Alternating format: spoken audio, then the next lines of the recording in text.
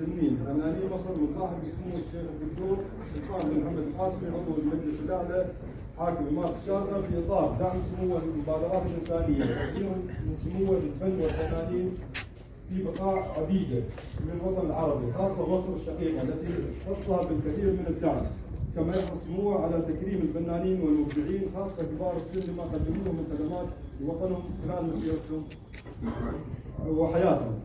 ومن تلك المبادرات الإنسانية صاحب السمو حاكم الشارقة بمصر دعم سموه العديد من المؤسسات الطبية ومنها دعم مستشفى الكبد بمدينة المنصورة ومعهد الأورام التابع لجامعة القاهرة وغيرها الكثير.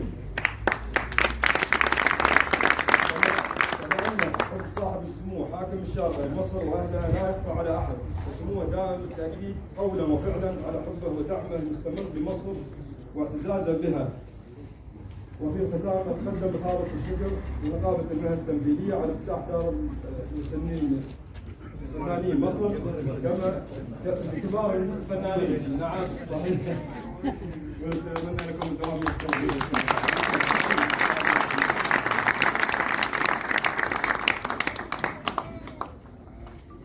كلمة الدكتور أشرف زكي نقيب فنانين.